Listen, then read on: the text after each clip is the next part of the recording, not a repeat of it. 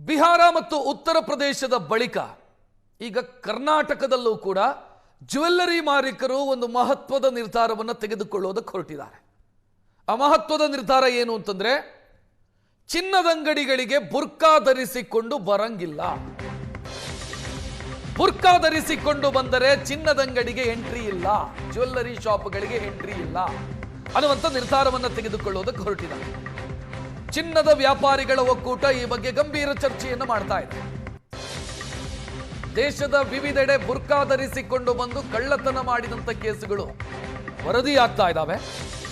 ಅದೇ ಕಾರಣಕ್ಕಾಗಿ ಮುಖ ಮುಚ್ಚಿಕೊಂಡು ಯಾರಾದರೂ ಜ್ಯುವೆಲ್ಲರಿ ಪ್ರವೇಶವನ್ನ ಮಾಡೋದಕ್ಕೆ ಹೊರಟ್ರೆ, ಅದು ಹೆಲ್ಮೆಟ್ ಇರಬಹುದು ಅಥವಾ ಮಾಸ್ಕ್ ಇರಬಹುದು ಅಥವಾ ಬುರ್ಕಾ ಇರಬಹುದು, ಇದನ್ನ ಧರಿಸಿಕೊಂಡು ಯಾರಾದರೂ ಬಂದರೆ ಅವರಿಗೆ ಎಂಟ್ರಿ ಇಲ್ಲ, ನೋ ಎಂಟ್ರಿ ಅನ್ನುವಂಥ ಬೋರ್ಡ್ ಹಾಕೋದಕ್ಕೆ ಚಿನ್ನದಂಗಡಿಯ ಮಾಲೀಕರು ಯೋಚನೆಯನ್ನು ಮಾಡ್ತಾ ಇದ್ದಾರೆ. ಉತ್ತರ ಪ್ರದೇಶದಲ್ಲಿ ಈ ನಿರ್ಧಾರವನ್ನು ತೆಗೆದುಕೊಂಡಿದ್ದಾರೆ ಅಲ್ಲಿನ ಚಿನ್ನದಂಗಡಿಯ ಮಾಲೀಕರು ಅಥವಾ ವರ್ತಕರು. ಬಿಹಾರದಲ್ಲೂ ಕೂಡ ನಿರ್ಧಾರವನ್ನು ತೆಗೆದುಕೊಂಡಿದ್ದಾರೆ. ಇನ್ಫ್ಯಾಕ್ಟ್ ಬಿಹಾರದಿಂದಲೇ ಈ ಎಲ್ಲ ವಿಚಾರಗಳು ಶುರುವಾಗಿದ್ದು, ಬಿಹಾರದಲ್ಲೇ ಮೊದಲು ನಿರ್ಧಾರವನ್ನು ತೆಗೆದುಕೊಂಡಿದ್ದು, ನಂತರ ಉತ್ತರ ಪ್ರದೇಶ, ಈಗ ಕರ್ನಾಟಕದಲ್ಲೂ ಕೂಡ ಜ್ಯುವೆಲ್ಲರಿ ಶಾಪ್ ಮಾಲೀಕರು ಈ ಯೋಚನೆಯಲ್ಲಿದ್ದಾರೆ. ಚಿನ್ನದಂಗಡಿ ಮಾಲೀಕರು ಅವರ ಅಸೋಸಿಯೇಷನ್ನಿಂದ ಈ ನಿರ್ಣಯವನ್ನು ತೆಗೆದುಕೊಳ್ಳಬೇಕು ಅಂತ ಅದರ ಲೆಟರ್ ಕಾಪಿಯನ್ನು ನೀವು ಗಮನಿಸ್ತಾ ಇದ್ದೀರಿ. ಬೆಂಗಳೂರಿಗೆ ಸಂಬಂಧಿಸಿ ಇದು. ಯಾಕಂತಂದ್ರೆ ಪದೇ ಪದೇ ಘಟನೆಗಳು ಮರುಕಳಿಸ್ತಾ ಇದ್ದಾವೆ. ಮುಖ ಮುಚ್ಚಿಕೊಂಡು ಚಿನ್ನದಂಗಡಿಗೆ ಬಂದವರು ಚಿನ್ನಾಭರಣಗಳ ಜೊತೆಗೆ ಪರಾರಿಯಾಗ್ತಿದ್ದಾರೆ. ಈ ಕಾರಣಕ್ಕಾಗಿ ಮುಖ ಚಹರೆ ಕಾಣದಂತೆ ಯಾರೂ ಎಂಟ್ರಿ ಆಗಂಗಿಲ್ಲ ಅನ್ನುವಂಥ ನಿರ್ಧಾರವನ್ನು ತೆಗೆದುಕೊಳ್ಳುವಂಥ ಸಾಧ್ಯತೆ ಇದೆ.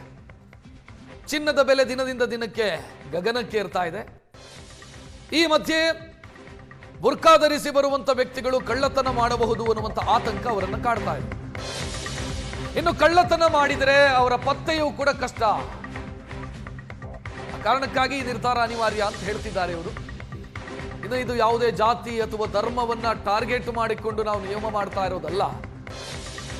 ಕಳ್ಳತನ ಆಗಬಾರದು ಅನ್ನೋ ಕಾರಣಕ್ಕಾಗಿ ಮುನ್ನೆಚ್ಚರಿಕೆಯಾಗಿ ಈ ನಿಯಮವನ್ನು ಮಾಡ್ತಾ ಇದ್ದೀವಿ ಅಂತ ಜ್ಯುವೆಲ್ಲರ್ಸ್ ಅಸೋಸಿಯೇಷನ್ ಅಧ್ಯಕ್ಷ ಚೇತನ್ ಮೆಹ್ತಾ ಮಾತನಾಡಿದ್ದಾರೆ.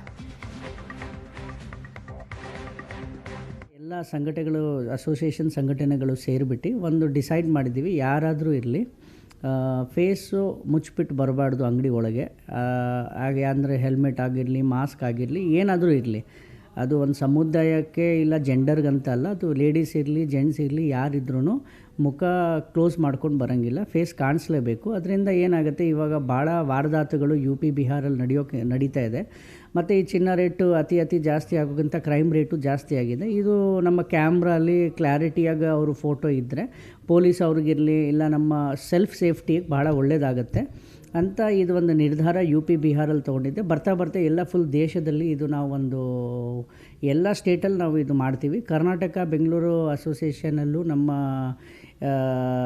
ಇದ್ರ ಬಗ್ಗೆ ನಾವು ಮಾಹಿತಿ ಕೊಡ್ತಾ ಇದ್ದೀವಿ. ಇದು ಶೀಘ್ರ ಎಲ್ಲ ಜ್ಯುವೆಲ್ಲರ್ಸ್ಗೆ ಒಂದು ಮೀಟಿಂಗ್ ಮಾಡಿಬಿಟ್ಟು ಇದ್ರ ಬಗ್ಗೆ ನಾವು ತಿಳಿಸ್ತೀವಿ. ಯಾಕಂದರೆ ಇದು ಬರೀ ಒಂದು ಮಾಸ್ಕ್ ಇಲ್ಲ ಮುಖ ಮುಚ್ಕೋಬೇಕಂತ ಅಲ್ಲ, ಇದು ಭಾಳ ದೊಡ್ಡ ವಿಷಯ ನಮ್ಮ ದೇಶದಲ್ಲಾಗಿದೆ. ಕ್ರೈಮ್ ರೇಟ್ ಭಾಳ ಜಾಸ್ತಿ ಆಗಿದೆ. ಜ್ಯುವೆಲ್ಲರ್ಸ್ ನೀವು ನೋಡ್ತಾ ಇದ್ದೀರಾ, ಬರ್ತಾ ಕಳ್ತನ ಆಗೋದಿರಲಿ ಇಲ್ಲ ರಾಬ್ರಿ ಆಗೋದಿರಲಿ, ಮರ್ಡರ್ ಆಗೋದಿರಲಿ ಭಾಳ ಆಗ್ತದೆ.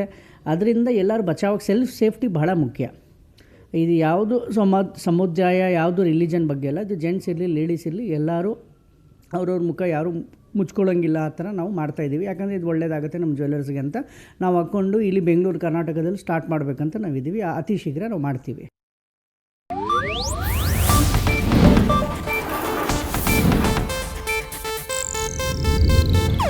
ಇದು ಏಷ್ಯಾನೆಟ್ ನ್ಯೂಸ್ ನೆಟ್ವರ್ಕ್ ಪ್ರಸ್ತುತಿ.